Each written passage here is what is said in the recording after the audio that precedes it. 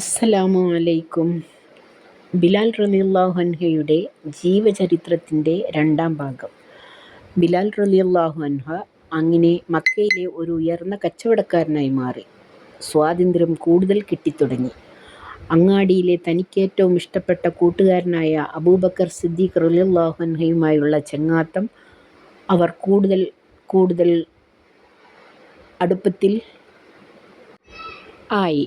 അബൂബക്കർ സിദ്ദീഖ് റളിയല്ലാഹു അൻഹ ഉന്നത തറവാട്ടുകാരൻ, ഉയർന്ന കച്ചവടക്കാരൻ.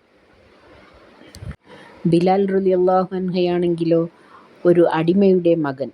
എന്നാലും അവർ പരസ്പരം എല്ലാ പ്രശ്നങ്ങളും പങ്കുവയ്ക്കാൻ തുടങ്ങി.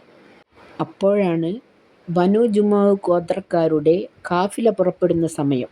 മക്കയിൽ നിന്ന് കഅബയുടെ ചുറ്റും ജനങ്ങൾ തടിച്ചുകൂടി. നൂറുകണക്കിന് ഒട്ടകങ്ങൾ സവാരിക്ക് യാത്രയായി. കാഫില പുറപ്പെടുന്ന സമയം. ഉമയ്യത്ത് ബിനു ഖലഫിൻ്റെ ഒട്ടകങ്ങളുടെ ചുമതല ബിലാലിനാണ്. മണിക്കൂറുകൾ തുടർച്ചയായുള്ള യാത്ര, പിന്നെ വിശ്രമം. ഇതാണ് അവരുടെ രീതി. ഈ വിശ്രമവേളകളിലെല്ലാം ബിലാലും അബൂബക്കർ സിദ്ദീഖ് റളിയല്ലാഹു അൻഹയും ഒരുമിക്കും, വിശേഷങ്ങൾ പങ്കുവയ്ക്കും. ഇവർ മക്കയിലെ സാമൂഹിക പ്രശ്നങ്ങൾ, ഗോത്രത്തലവന്മാരുടെ അനീതികൾ എല്ലാം അവരുടെ സംസാര വിഷയങ്ങളിൽപ്പെട്ടതായിരുന്നു. വെളുത്ത വർഗക്കാരനായ സിദ്ദീഖും കറുകറുത്ത ബിലാലും. അവർ തമ്മിൽ വിവേചനങ്ങളില്ല. രണ്ടുപേരും ഉദാരമതികൾ, വിനയാന്വിതർ. അബൂബക്കർ ധനികൻ, ബിലാലാണെങ്കിലോ അടിമയും. എന്നാലും അവരുടെ സ്വഭാവഗുണങ്ങൾ അവരെ ഒന്നിച്ചു. അങ്ങനെ കച്ചവട സംഘം മെല്ലെ മെല്ലെ ശ്യാമിലെത്തി. ലോകപ്രസിദ്ധമായ മാർക്കറ്റ്, വിവിധ രാജ്യക്കാരുടെ സംഗമസ്ഥലം. ചരക്കുകൾ നിരത്തി വിലപേശൽ തുടങ്ങി. ചരക്കിൻ്റെ ഗുണമേന്മയ്ക്കനുസൃതമായി വില പറയും. പിന്നെ വിലയുറപ്പിച്ച് സാധനങ്ങൾ കൈമാറും. കച്ചവടം നടക്കും. സ്വർണ്ണ നാണയങ്ങൾ കൈമാറുകയും ചെയ്യും. എന്നാൽ അബൂബക്കർ സിദ്ദീഖ് റളിയല്ലാഹു അൻഹു വിശ്വസ്തനായ ഒരു കച്ചവടക്കാരനായിരുന്നു. വാക്കിൽ തന്നെ കച്ചവടത്തിൻ്റെ സാധനങ്ങളുടെ ഗുണമേന്മ മനസ്സിലാക്കാം. അതുകണ്ട ബിലാൽ താനും അങ്ങനെയാവണം എന്ന് അതിയായി ആഗ്രഹിച്ചിരുന്നു. അങ്ങനെ കച്ചവടങ്ങളെല്ലാം കഴിഞ്ഞ് മക്കയിലേക്കുള്ള സാധനങ്ങൾ, മരുന്നുകൾ, ആയുധങ്ങൾ എല്ലാം വാങ്ങി കച്ചവട സംഘം മക്കയിലേക്ക് തിരിച്ചു. കച്ചവട സംഘം മക്കയിലെത്തി. ആളുകൾ അവർക്ക് ചുറ്റും തടിച്ചുകൂടി. അങ്ങനെ ബിലാൽ പണസഞ്ചിയും സാധനങ്ങളും ഉമയ്യത്തിനെ ഏൽപ്പിച്ചു. നല്ലൊരു തുക ലാഭവും കിട്ടി. ഉമയ്യത്തിന് വളരെയധികം സന്തോഷമായി. ഉമയ്യത്തിൻ്റെ വീട്ടിൽ ഒരുപാട് മദ്യസദസ്സുകൾ തുടങ്ങി. ഒട്ടനവധി കച്ചവടങ്ങളും നടന്നു. ഉമയ്യത്തിന് വളരെയധികം സന്തോഷമായി. ബിലാലിനെ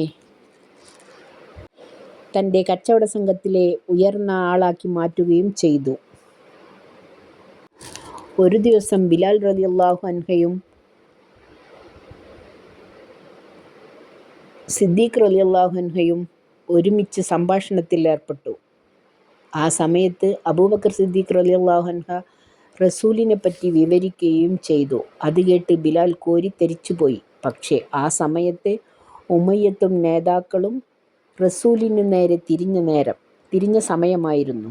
അവർ പറഞ്ഞ്, മുഹമ്മദ് നമ്മുടെ ദൈവങ്ങളെ അവഹേളിക്കുന്നു, കാണാത്ത ദൈവത്തെ വാഴ്ത്തിപ്പറയുന്നു, എങ്ങനെയും മുഹമ്മദിനെ ഒതുക്കി തീർക്കണം എന്നായിരുന്നു അവരുടെ സംഭാഷണം. ഇതെല്ലാം കേട്ട് ബിലാൽ മനസ്സിൽ പറഞ്ഞു, നാട്ടിൽ എന്തോ അനർത്ഥം നടക്കാൻ പോകുന്നു എന്ന്. അല്ലാഹു മാത്രമാണ് തുണ. തവക്കൽതു അലല്ലാഹ്. ബിലാൽ രാവും പകലും ജോലി ചെയ്തു. ഇവിടെ നിന്നും രക്ഷപ്പെടാൻ ബിലാലിൻ്റെ മനസ്സ് തുടിച്ചു. ബിലാലിൻ്റെ മനസ്സിൽ ഇസ്ലാം വേരുറയ്ക്കാൻ തുടങ്ങി. എല്ലാവർക്കും ബിലാലിനെ സംശയമായിരുന്നു. ഉമയ്യത്തിന് ഇത് മനസ്സിലാവാനും തുടങ്ങി. ഇതനുസരിച്ച് ഉമയ്യത്ത് ഒരു ദിവസം ബിലാലിന് ഒരു മുന്നറിയിപ്പ് നൽകുകയും ചെയ്തു. പക്ഷേ ഇതൊന്നും അവർ കണക്കിലെടുക്കാതെ റസൂലിനെ കാണുകയും ഖുർആൻ പഠിക്കുകയും ചെയ്തു. ഇത് ഒരു ദിവസം ഉമയ്യത്ത് കണ്ടുപിടിക്കുകയും ഒരുപാട് മർദ്ദനങ്ങൾ ഏൽപ്പിക്കുകയും ചെയ്തു. പക്ഷേ ഇതെല്ലാം കണ്ടിട്ടും ബിലാൽ പിന്മാറാൻ തയ്യാറായിരുന്നില്ല. കുറേ കിങ്കരന്മാരും മല്ലന്മാരും ബിലാലിനെ മർദ്ദിക്കുകയും ചെയ്തു. എപ്പോഴും ബിലാൽ പറഞ്ഞിരുന്നത് അല്ലാഹു അഹദ് എന്ന് മാത്രമായിരുന്നു. ഭക്ഷണമില്ലാതെ, കുടിക്കാൻ ഒരിറ്റ് വെള്ളമില്ലാതെ ബിലാലിനെ അവർ ഉപദ്രവിച്ചുകൊണ്ടിരുന്നു.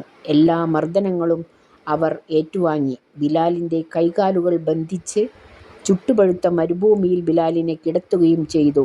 ലാത്ത, ഹുസ്സ എന്ന ദൈവങ്ങളുടെ പേര് പറയാൻ പ്രത്യേകം അവർ ബിലാലിനോട് പറയുകയും ചെയ്തു. പക്ഷേ അപ്പോഴൊക്കെ ബിലാൽ പറഞ്ഞിരുന്നത് അല്ലാഹു അഹദ് എന്ന് മാത്രമായിരുന്നു. ഈ സമയത്ത് അബൂബക്കർ സിദ്ദീഖ് അവിടെ വരികയും ഈ രംഗങ്ങളെല്ലാം കാണുകയും ചെയ്തു. അബൂബക്കർ സിദ്ദീഖ് റളിയല്ലാഹു അൻഹു ഉമയ്യത്തിനെ ചോദ്യം ചെയ്തു, ഇത് നിങ്ങളുടെ അടിമയല്ലേ? നിങ്ങൾ ഇവരെ വിൽക്കാൻ തയ്യാറാണോ എന്ന് ചോദിച്ചു. ഉമയ്യത്ത് ഒരു ആവേശത്തിൽ പറഞ്ഞു അതെ എന്ന്. അപ്പോൾ അബൂബക്കർ സിദ്ദീഖ് റളിയല്ലാഹു അൻഹു ചോദിച്ചു, എത്രയാണ് വില? ഉമയ്യത്ത് പറഞ്ഞു 5 സ്വർണം എന്ന്. അബൂബക്കർ സിദ്ദീഖ് ഉടനെ തന്നെ സ്വർണം നൽകുകയും ബിലാലിനെ രക്ഷപ്പെടുത്തുകയും ചെയ്തു. അങ്ങനെ അവർ നടന്നു നീങ്ങിയപ്പോൾ ഉമയ്യത്ത് അവരെ പരിഹസിച്ചുകൊണ്ട് പറഞ്ഞു, ഹേ അബൂബക്കറെ, നിങ്ങൾ ഒരു സ്വർണ്ണ നാണയം തരാമെന്ന് പറഞ്ഞാൽ പോലും ഞാൻ അവനെ നിങ്ങൾക്ക് നൽകുമായിരുന്നു. അതിന് മറുപടിയായി പറഞ്ഞത് നിങ്ങൾ 100 സ്വർണം ചോദിച്ചാലും ഞാനത് തരുമായിരുന്നു എന്ന്. ഇത് കേട്ട് ഉമയ്യത്തിന് ഉത്തരം മുട്ടിപ്പോയി. അവിടെ നിന്നും കൂട്ടുകാർ എത്തിയത് അർക്ക റളിയല്ലാഹു അൻഹയുടെ വീട്ടിലേക്കാണ്. അപ്പോൾ നബി സല്ലല്ലാഹു അലൈഹി വസല്ലമ അർക്ക റളിയല്ലാഹു അൻഹയുടെ വീട്ടിലാണ് താമസിച്ചിരുന്നത്. അവിടെ എത്തിയതും അവരെ കണ്ട് നബി സല്ലല്ലാഹു അലൈഹി വസല്ലമ വളരെയധികം വിഷമിച്ചു. അങ്ങനെ നബി സല്ലല്ലാഹു അലൈഹി വസല്ലമ അവരെ മോചിപ്പിക്കുകയും ചെയ്തു. അങ്ങനെ സ്വതന്ത്രനായ ബിലാൽ റളിയല്ലാഹു അൻഹു ഇസ്ലാം മതം സ്വീകരിക്കുകയും ചെയ്തു.